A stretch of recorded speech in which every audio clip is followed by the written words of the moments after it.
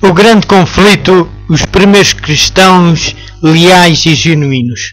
Jesus revelou aos discípulos a experiência do seu povo, desde os dias em que deveria ser tirado dentre eles, até à sua volta em poder e glória. Penetrando profundamente no futuro, os seus olhos perceberam as ferozes tempestades que deveriam açoitar os seus seguidores nos séculos futuros de perseguição. Pode ver em Mateus capítulo 24, versículo 9, 22 e 21 e 22. Os seguidores de Cristo deveriam trilhar a mesma senda de humilhação e sofrimento, palmilhada pelo Mestre. A inimizade que irrompera contra o Redentor do mundo manifestar-se-ia contra todos os que crescem no seu nome. O paganismo previa que, se o Evangelho triunfasse, os seus templos e altares desapareceriam. Acenderam-se, pois, as fogueiras da perseguição. Os cristãos eram despojados das suas posses e expulsos das suas casas. Grande número deles, nobres e escravos, ricos e pobres, letrados e ignorantes, foram mortos sem misericórdia. Iniciadas com Nero, as perseguições prosseguiram durante séculos. Os cristãos eram falsamente acusados como causadores de fomes, pestes e terremotos, denunciantes por amor ao ganho, prontificavam-se a atrair os inocentes, acusando-os como rebeldes e pestes da sociedade. Muitos eram lançados às feras ou queimados vivos nos anfiteatros.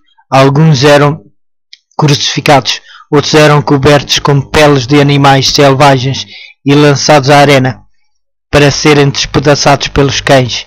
Nas festas públicas, grandes multidões se reuniam para gozar do espetáculo e saudavam os transes da sua agonia com riso e aplauso. Os seguidores de Cristo foram forçados a procurar esconderijo nos lugares solitários. Sob as colinas, fora da cidade de Roma, tinham sido feitas longas galerias através da terra e da rocha, estendendo-se por muitos quilómetros além dos muros da cidade. Nestes retiros subterrâneos, os seguidores de Cristo sepultavam os seus mortos, e ali também, quando proscritos, encontravam lar. Muitos se recordavam das palavras do Mestre, de que, quando perseguidos por amor a Cristo, deveriam sentir-se muito alegres. Grande seria a recompensa no céu, pois da mesma forma tinham sido perseguidos os profetas antes deles. Pode ver em Mateus capítulo 5, versículo 11 e 12.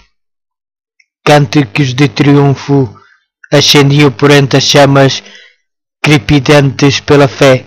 Viam Cristo e os anjos, contemplando-os com o mais vivo interesse e com aprovação, considerando a sua firmeza.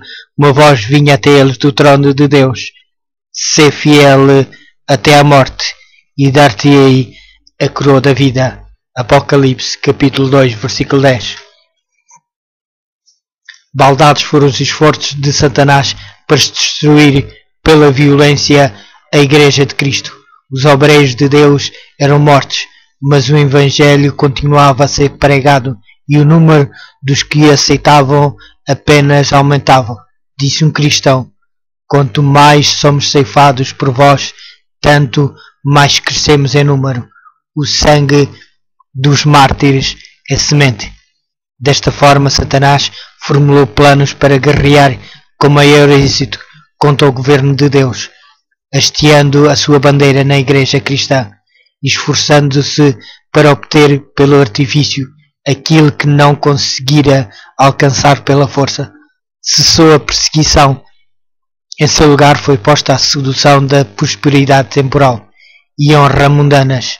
Idólatras foram levados a receber parte da fé cristã, enquanto rejeitavam outras verdades essenciais.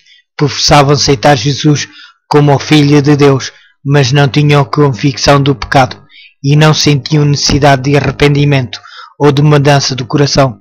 com algumas concessões da sua parte, propuseram que os cristãos fizessem outras de modo que todos pudessem unir-se sob a plataforma da crença em Cristo.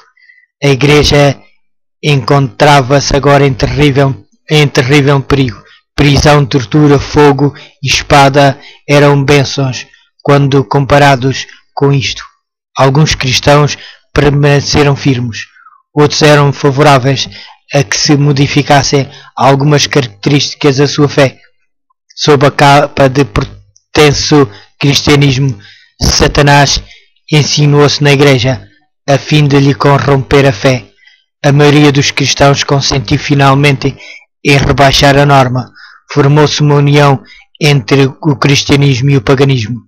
Embora os adoradores de ídolos professassem estar unidos à Igreja, apegavam-se ainda à idolatria, modificando apenas os objetos de culto, substituindo-os por imagens de Jesus e até mesmo de Maria e dos santos. Doutrinas errâneas, ritos supersticiosos e cerimónias idolátricas foram incorporados à fé e o culto da Igreja. A religião cristã tornou-se corrupta, de modo que a Igreja perdeu a sua pureza e poder. Alguns, entretanto, não se desviaram, mantiveram sua fidelidade ao autor da verdade. Duas classes de pessoas na Igreja.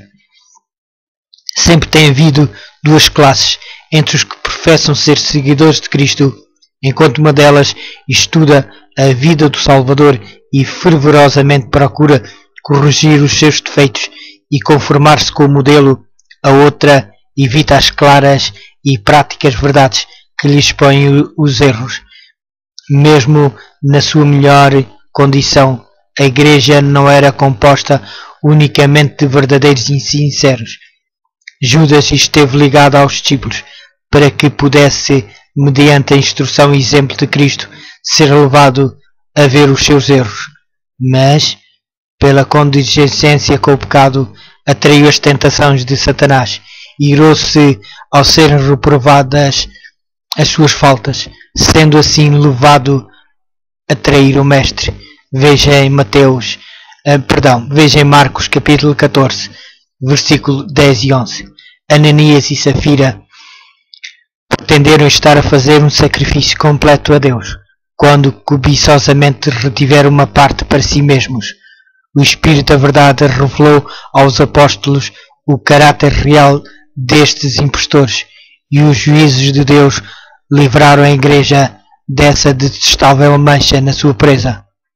Pode ver em Atos Apóstolos, capítulo 5, versículo 1 a 11. Quando as perseguições sobrevierem aos seguidores de Cristo, apenas os que estavam dispostos a abandonar tudo por amor à verdade desejaram tornar-se seus discípulos. Mas acabada a perseguição, acrescentaram-se conversos que eram menos sinceros, abrindo-se o caminho para Satanás agir. Quando os cristãos consentiram em unir-se àqueles que eram meio convertidos do paganismo, Satanás exultou e inspirou-os então a perseguir aqueles que permaneceram fiéis a Deus. Estes cristãos apóstatas, unindo-se aos companheiros semipagãos, dirigiram os seus ataques contra as características mais importantes das doutrinas de Cristo.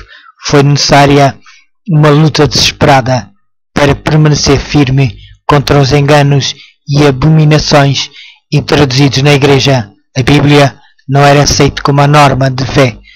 A doutrina da liberdade religiosa era considerada heresia, sendo odiados e proscritos os seus defensores. Depois do longo conflito, os fiéis perceberam que a separação era uma necessidade absoluta. Não ousariam tolerar erros fatais às suas próprias almas e que ameaçassem a fé dos seus filhos e netos. Acharam que a paz seria comprada demasiado caro, com sacrifício dos princípios, se a unidade só pudesse ser assegurada mediante o comprometimento da verdade. seria preferível que prevalecessem as diferenças e até mesmo a luta. Os cristãos primitivos eram na verdade um povo peculiar, poucos em números, destituídos de riqueza, posição ou títulos honoríficos. Eram odiados pelos ímpios, como Abel foi por Caim. Veja em Gênesis capítulo 4, versículo 1 a 10. Desde os dias de Cristo até hoje, os fiéis discípulos têm suscitado ódio e oposição dos que amam o pecado. Como, pois, pode o Evangelho ser chamado mensagem de paz? Os anjos cantaram sobre as planícies de Belém. Glória a Deus nas alturas e paz na terra entre os homens. Lucas capítulo 2, versículo 14. Há uma aparente contradição entre estas declarações proféticas e as palavras de Cristo. Não vim trazer paz, mas espada. Mateus capítulo 10, versículo 34. Corretamente entendidas, porém ambas estão em perfeita harmonia. O Evangelho é uma mensagem de paz. A religião de Cristo recebida e obedecida espalharia paz e felicidade por toda a terra. Foi missão de Jesus reconciliar os homens com Deus e assim uns com os outros. Mas de modo geral, o mundo encontrava-se sob o domínio de Satanás, o acérrimo inimigo de Cristo. O Evangelho apresenta princípios de vida que se acham em discrepância com os seus hábitos e desejos, e eles erguem-se contra o mesmo, odeiam a pureza que lhes condena o pecado, e perseguem aqueles que insistem em manter as suas santas reivindicações. É neste sentido que o Evangelho se chama uma espada. Veja em Mateus capítulo 10, versículo 34. Muitos que são fracos na fé estão prontos a lançar de si a confiança em Deus, pelo facto de Ele permitir que os ímpios prosperem, ao passo que os melhores e mais puros são atormentados pelo cruel poder daqueles. Como pode alguém que é justo e misericordioso e infinito em poder tolerar tal injustiça? Deus deu-nos suficiente evidência do seu amor. Não devemos duvidar da sua bondade, por não podermos compreender a sua providência. Disse o Salvador: lembrai-vos da palavra que eu vos disse, não é o servo maior que o seu Senhor. Se me perseguiram a mim, também perseguirão a vós. João capítulo 15, versículo 20. Os que são chamados a suportar a tortura e o martírio não estão senão a seguir as pegadas do dilecto Filho de Deus. Os justos são postos na fornalha da aflição, para que eles próprios possam ser purificados, para que o seu exemplo possa convencer outros da realidade, da fé e piedade, e também para que a sua coerente conduta possa condenar os ímpios e incrédulos. Deus permite que os ímpios prosperem e revelem inimizade contra ele, de modo que todos possam ver a sua justiça e misericórdia. Quando aqueles forem completamente destruídos, todo o acto de crueldade para com os fiéis de Deus será punida, como se fosse feito ao próprio Cristo. Paulo declara que todos quantos querem viver piedosamente em Cristo Jesus serão perseguidos. 2 Timóteo capítulo 3, versículo 12. Porque parece, pois, a Jesus a perseguição está adormecida.